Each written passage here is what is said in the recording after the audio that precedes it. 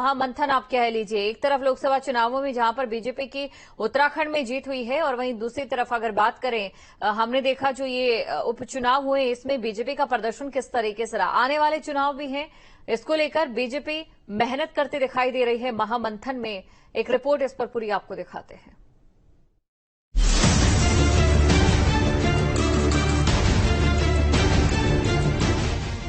प्रदेश में बद्रीनाथ और मंगलौर विधानसभा चुनाव में हार से उपजे माहौल के बीच देहरादून में बीजेपी के प्रदेश कार्य समिति की बैठक हुई, जिसमें 2 प्रस्ताव पास किए गए।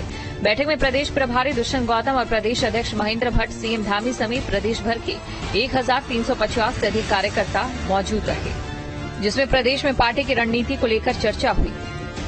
कि 2014 में इनकी मात्र कांग्रेस की 44 सीटें थी और 2019 में इनकी सीटें आई थी कितनी? 52। यानी 542 के हाउस में मान्यता प्राप्त विपक्ष को कितनी सीटें चाहिए? 54 सीटें कम से कम होनी चाहिए। लेकिन ना तो ये 2014 में मान्यता प्राप्त विपक्ष थे और ना 2019 में मान्यता प्राप्त विपक्ष थे।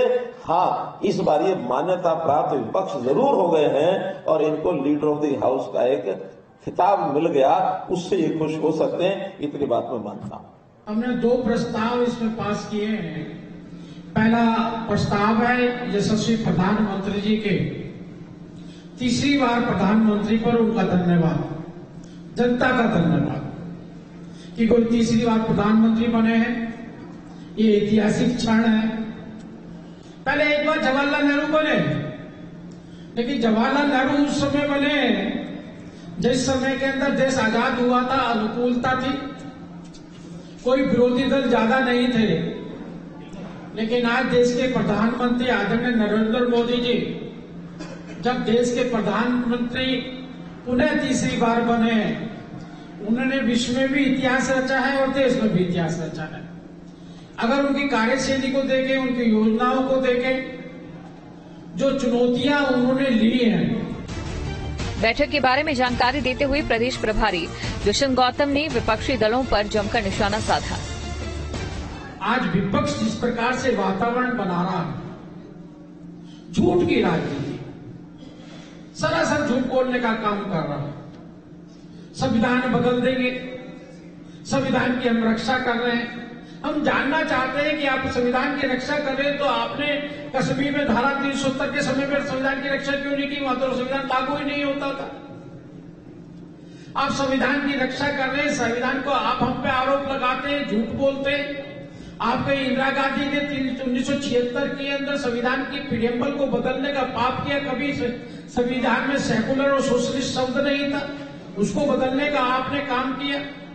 आपने संविधान की हत्या की, करीब 84 बार आपने राष्ट्रपति शासन लागू किया और आरक्षण खत्म करने का जो हम पे आरोप लगाते हैं, हम उनसे पूछना चाहते हैं 370 के कारण कश्मीर के दलितों को आरक्षण नहीं मिल रहा था। अभी कर्नाटक के अंदर रात में मुस्लिमों को ओबीसी का दर्जा देकर ओबीसी के आरक्षण पे कुटारघात किया गया। रघुनाथ मिश्र आयोग के माध्यम से धर्म परिवर्तित मुस्लिम ईसाइयों को आरक्षण देने का षड्यंत्र रचा गया। जवाहरलाल नेहरू जी ने कुल 1966 के अंदर पत्र लिखा कि मैं आरक्षण का पक्षधर नहीं हूं और आरोप हम पे लगाते हैं। बैठक में सरकार के हालिया क्रांतिकारी कदमों की भी चर्चा की गई।